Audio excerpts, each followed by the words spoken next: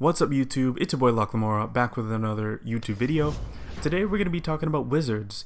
I have a couple ideas that I think will allow people to flesh out their characters without relying on character history or long backstories. I am not the type of person that really likes when players send me long backstories.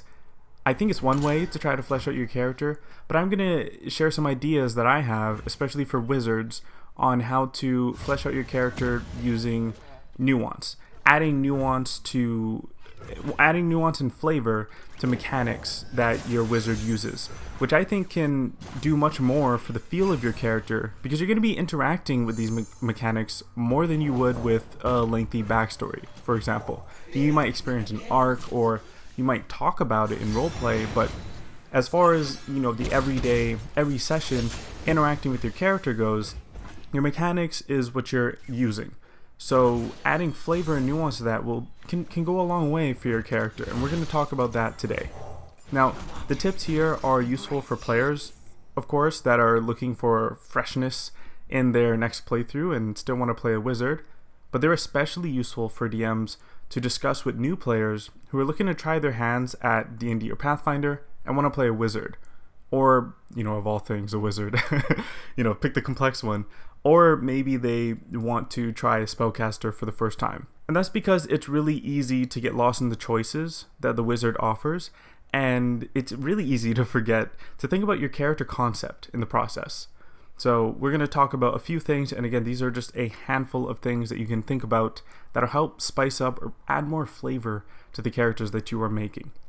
Now, the first thing is going to be the spellbook. I would argue that the spellbook doesn't have to be a spellbook. It is just the source from which you remember spells from. Now, if you want, you can take that spellbook and flavor it as something else. I have seen people draw arcane inscriptions into scarves.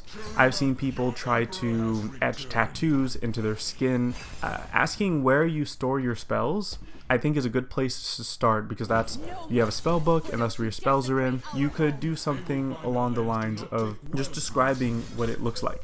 Is it a shabby book? That would indicate maybe where your character's from if you didn't have the best upbringing. Do the pages not really look that good? Are they dingy?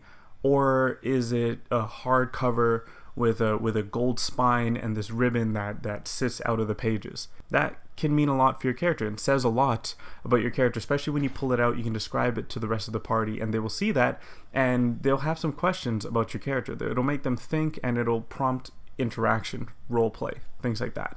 So the second thing is, I would ask the player, how does your character learn spells? And I was actually thinking about this 2 weeks back, when one of the players in my Pathfinder game, who wasn't playing a wizard but was retraining one of their feats, and came up with this idea because they were playing like this cannibal tiefling character.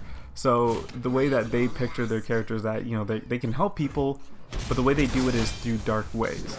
So they had their character go out and eat someone's body in order to gain an ability that they knew that character had, that their character also had as well. So it kind of worked out.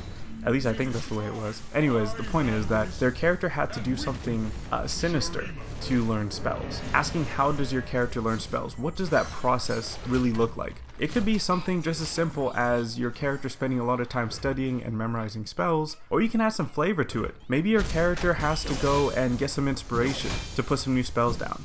Especially when you're thinking about, you know, your leveling up process. You're not just, poof, I have new spells in my spell book.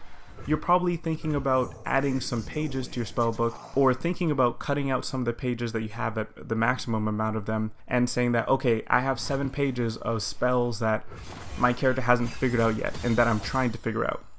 So that process of learning new spells could maybe mean your character going to get drunk, drinking some ale to get that inspiration for them to add some new spells to their spellbook. Add that flavor to your character and make it a roleplay bit. I think it'll add another dimension to your character, and it links it to your mechanics. Really quick, if you're liking the video so far, please leave a like and subscribe. Also hit the bell icon. Someone was actually telling me that even though they were subscribed, that they were not seeing my videos.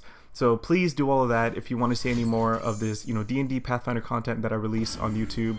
It'll really help the algorithm and also make sure that you can actually see the new content that I release. Moving on, the last thing, which has 3 subcategories to it, is spell components. I think thinking about this stuff, because being a wizard, it's about casting spells, so thinking about what that process is like, I think is really important. So what I would do sometimes in my games is I would take some Latin words. What I would do is I would type in something like, instead of just my character saying firebolt or saying nothing at all, me just telling my DM that I cast firebolt, I would look up some Latin words and translate, fire, flame, heat, things like that, and mix the words, or at least use that as inspiration to make my own words, and I just call it Old Common. And so I would use that, and anytime my character would say that, I would say that as a roleplay thing. And if you don't want to make Latin words for every spell, you don't want to make a translation for every spell, you could go with spell schools, which would be really easy, especially if your character is playing something like Evocation Wizard. When you say a certain thing, at least the rest of the party will know that you're casting Evocation. And then you could, after saying the verbal component, you would then let everyone know what you're casting. It just adds a little bit to your character. Now the other thing is your spell casting component, your material component, which I guess should be third if we're going in order. It should be like verbal somatic material, but whatever. Your spell casting component, where did it come from? Are you actually using spell casting components in your component pouch? Do you care? Making it so that your character actually has to go out and get these components can do wonders for your character and what that feel is like as a spellcaster. Sometimes it might seem tedious, but if you don't want to do that, if you don't want to actually rely on the things that you do find to cast spells, you could just go with an arcane focus. But then you would have to ask yourself, again, what is that arcane focus? What does it look like?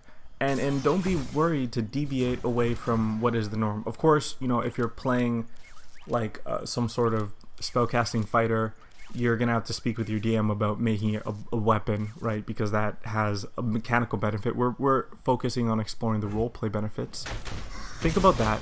Think about where it came from. Was it a family heirloom? Was it a gift from someone that you knew in your past that maybe is someone that you cared about but is lost? Does it display any unique properties when you use it to cast spells? Maybe it's an orb, a black orb that looks like a marble globe, and it glows green when you cast from it. Maybe people around you might feel a chill when you're nearby them, 5 feet away, and you're casting a spell. Things like that. Does when you cast it, maybe they can see your breath forming as you breathe. Things like this go a long way for your character and just add, again, flavor and nuance and help your image. And all these things, by the way, that I've been talking about, help inform your roleplay, because the more that you think about these things, the bigger of a picture that you have for roleplay. One of the huge improv tips that I picked up is that when you're trying to figure out the voice for your character, how they speak, you would try to form your body or change your posture to match the image of the character that you have in your head. And doing this stuff, adding all these visuals and this nuance, helps to that effort, helps that endeavor. This will inform how you roleplay your character, which is why this is so important in my opinion. Anyways, I've been Locke Lamora, and I'll see you next week.